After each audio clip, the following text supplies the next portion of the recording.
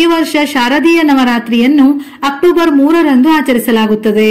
ಪಂಚಾಂಗದ ಪ್ರಕಾರ ಆಶ್ವಯುಜ ಮಾಸದ ಶುಕ್ಲ ಪಕ್ಷ ಪ್ರತಿಪದ ತಿಥಿ ಸಮಯ ಅಕ್ಟೋಬರ್ 3ರಂದು ಮಧ್ಯರಾತ್ರಿ 12:19 ಪ್ರಾರಂಭವಾಗಿ ಅಕ್ಟೋಬರ್ 4ರಂದು ಬೆಳಗಿನ ಜಾವ 2:58 ಕೊನೆಗೊಳ್ಳುತ್ತದೆ. ಉದಯ ತಿಥಿಯ ಪ್ರಕಾರ ಈ ಶಾರದೀಯ ನವರಾತ್ರಿಯು ಗುರುವಾರ ಅಕ್ಟೋಬರ್ 3ರಿಂದ ಪ್ರಾರಂಭವಾಗಿ ಅಕ್ಟೋಬರ್ 12 ಶನಿವಾರ ಕೊನೆಗೊಳ್ಳುತ್ತದೆ. ಹಿಂದೂ ಧರ್ಮದಲ್ಲಿ ನವರಾತ್ರಿಯನ್ನು ಬಹಳ ವಿಶೇಷವೆಂದು ಹೇಳುತ್ತಾರೆ. 9 ದಿನಗಳ ಕಾಲ ನಡೆಯುವ ಈ ಹಬ್ಬವು ಈ ವರ್ಷ ಅಕ್ಟೋಬರ್ 3ರಿಂದ ಪ್ರಾರಂಭವಾಗಲಿದೆ. ನವರಾತ್ರಿಯ 9 ದಿನಗಳಲ್ಲಿ ದುರ್ಗಾದೇವಿಯ 9 ವಿಭಿನ್ನ ರೂಪಗಳನ್ನು ಪೂಜಿಸಲಾಗುತ್ತದೆ.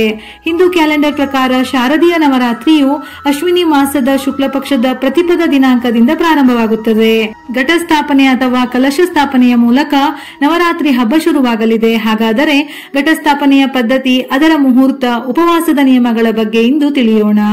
ನವರಾತ್ರಿಯ 9 ನಿಯಮಗಳು. ನವರಾತ್ರಿಯ ವ್ರತವನ್ನು ಆಚರಿಸುವ ಪ್ರತಿಯೊಬ್ಬರೂ ಕೂಡ ಕೆಲವು ನಿಯಮಗಳನ್ನು ಪಾಲಿಸುವುದು ಅತಿ ಮುಖ್ಯ. ಈ ನಿಯಮಗಳನ್ನು ಅನುಸರಿಸದಿದ್ದರೆ ಅಥವಾ ಅವುಗಳನ್ನು ಉಲ್ಲಂಘಿಸಿದರೆ ಉಪವಾಸದ ಫಲವನ್ನು ಪಡೆಯಲು ಸಾಧ್ಯವಿಲ್ಲ. ಹಾಗಾದರೆ ನವರಾತ್ರಿಯ ವ್ರತದಲ್ಲಿ ಯಾವ 9 ನಿಯಮಗಳನ್ನು ಪಾಲಿಸಬೇಕೆಂದು ನೋಡೋಣ. ನವರಾತ್ರಿಯ 1 ದಿನ ಮೊದಲು ದೇವರ ಮನೆಯನ್ನು ಶುಚಿಗೊಳಿಸಿ ದುರ್ಗೆಯನ್ನು ಪೂಜಿಸಬೇಕು. ಅದಕ್ಕಾಗಿ ಕಲಶವನ್ನು ಸ್ಥಾಪಿಸಬೇಕು.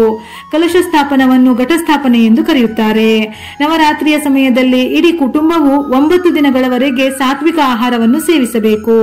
ನವರಾತ್ರಿಯಲ್ಲಿ 9 ದಿನಗಳ ಕಾಲ ಸದ್ಗುಣವನ್ನು ಪಾಲಿಸಬೇಕು. ಜೊತೆಗೆ ಶುದ್ಧವಾಗಿರುವ ನಿಯಮವನ್ನು ಪಾಲಿಸಬೇಕು. ಭಕ್ತರು ಸಕಾರಾತ್ಮಕ ಆಲೋಚನೆಗಳು, ಪ್ರಾರ್ಥನೆ ಮತ್ತು ಶಾಂತಿಯುತ ಮನಸ್ಥಿತಿಯನ್ನು ಕಾಪಾಡಿಕೊಳ್ಳುವತ್ತ ಗಮನ ಹರಿಸಬೇಕು. ನವರಾತ್ರಿಯಲ್ಲಿ ಉಪವಾಸವನ್ನು ಆಚರಿಸುವ ಜನರು ಬ್ರಹ್ಮಚರ್ಯದ ನಿಯಮಗಳನ್ನು ಅನುಸರಿಸಬೇಕು. ಸಂತೋಷ ಮತ್ತು ಐಷಾರಾಮಿ ಜೀವನದಿಂದ ಅಂತರವನ್ನು ಕಾಯ್ದುಕೊಳ್ಳಬೇಕು.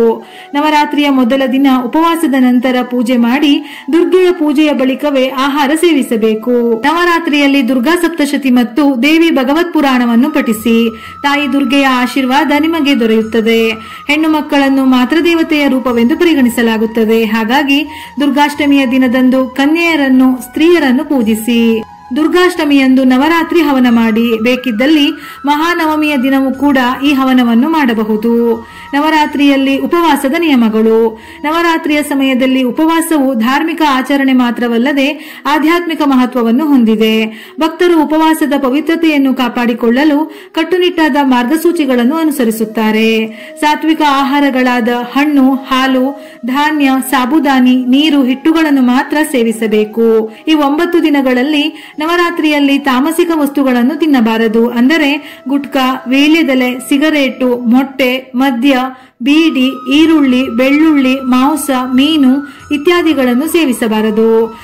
ಆಕಸ್ಮಿಕವಾಗಿ ಉಪವಾಸ ಮುರಿದರೆ ದೇವಸ್ಥಾನಕ್ಕೆ ಭೇಟಿ ನೀಡಿ 11 ಬಾರಿ ಕ್ಷಮಾ ಪ್ರಾರ್ಥನಾ ಸ್ತೋತ್ರವನ್ನು ಪಠಿಸುವುದು ಮತ್ತು ದಾನವನ್ನು ನೀಡುವುದು ಪ್ರಾಯಶ್ಚಿತ್ತದ ರೂಪವೆಂದು ಹೇಳುತ್ತಾರೆ. ನವರಾತ್ರಿಗೆ ಮಾಡಬಾರದ ಕೆಲಸಗಳು. ನವರಾತ್ರಿಯ ಸಮಯದಲ್ಲಿ ದೈಹಿಕ ಸಂಬಂಧಗಳು ಮತ್ತು ಕ್ಷೌರವನ್ನು ತಪ್ಪಿಸಿ.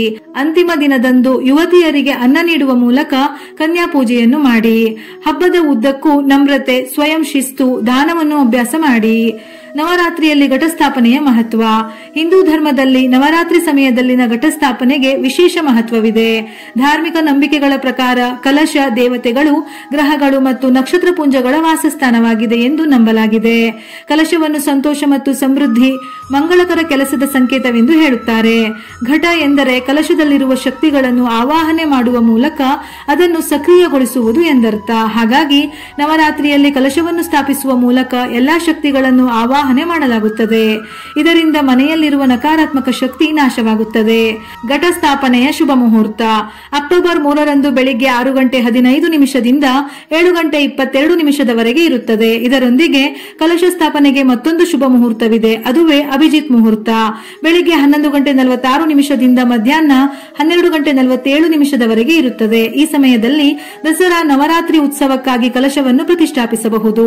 ಘಟಸ್ಥಾಪನೆಯಲ್ಲಿ ಧಾನ್ಯ ಬಿತ್ತುವುದೇ ಧಾರ್ಮಿಕ ನಂಬಿಕೆಗಳ ಪ್ರಕಾರ ಧಾನ್ಯಗಳು ಬ್ರಹ್ಮ ಮತ್ತು ಅನ್ನಪೂರ್ಣೇಶ್ವರಿಯ ಸಂಕೇತವೆಂದು ಹೇಳುತ್ತಾರೆ. ಅದರಲ್ಲೂ ಗೋಧಿಯನ್ನು ಸೃಷ್ಟಿಯ ಮೊದಲ ಬೆಳೆ ಎಂದು ಹೇಳಲಾಗುತ್ತದೆ.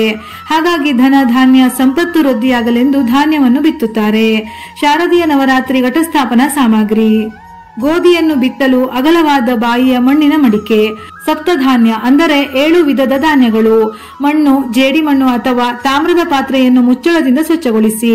ತೆಂಗಿನಕಾಯಿ, ಕೆಂಪು ಹೂವು, ಸಿಂಧೂರ, ಗಂಗಾಜಲ, ಮಾವಿನ ಎಲೆ ತೋರಣ, ಸುಗಂಧ ದ್ರವ್ಯ, ನಾಣ್ಯ, ಅಕ್ಷತೆ, ಕೆಂಪು ಬಟ್ಟೆ, ವೀಳ್ಯದೆಲೆ, ಲವಂಗ, ಏಲಕ್ಕಿ, ದೂರ್ವ, ಸಿಹಿ ತಿಂಡಿಗಳು, ಧೂಪದ್ರವ್ಯ, ಅಗರಬತ್ತಿಗಳು.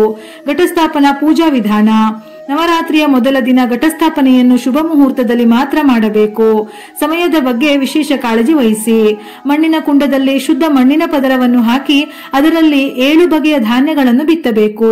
ಬಳಿಕ ಉಪವಾಸದ ನಿರ್ಣಯವನ್ನು ತೆಗೆದುಕೊಂಡು ಈಶಾನ್ಯದಲ್ಲಿ ಪೂಜಾ ಕಂಬದ ಮೇಲೆ ಕೆಂಪು ಬಟ್ಟೆಯನ್ನು ಹರಡಿ ದುರ್ಗಾದೇವಿಯ ಫೋಟೋವನ್ನು ಸ್ಥಾಪಿಸಿ. ಇದಾದ ನಂತರ ಗಂಗಾಜಲ, ದೂರ್ವ, ಅಕ್ಷತೆ, ನಾಣ್ಯ, ವೀಳ್ಯದೆಲೆ ಇವೆಲ್ಲವನ್ನು ತಾಮ್ರ ಅಥವಾ ಮಣ್ಣಿನ ಪಾತ್ರೆಯಲ್ಲಿ ಹಾಕಿ ಕಲಶದ ಮೇಲೆ ಮೌಳಿಯನ್ನು ಕಟ್ಟಿ ಅದರಲ್ಲಿ 5 ಮಾವಿನ ಎಲೆ ಅಥವಾ 5 ಅಶೋಕ ಎಲೆಗಳನ್ನು ಹಾಕಿ.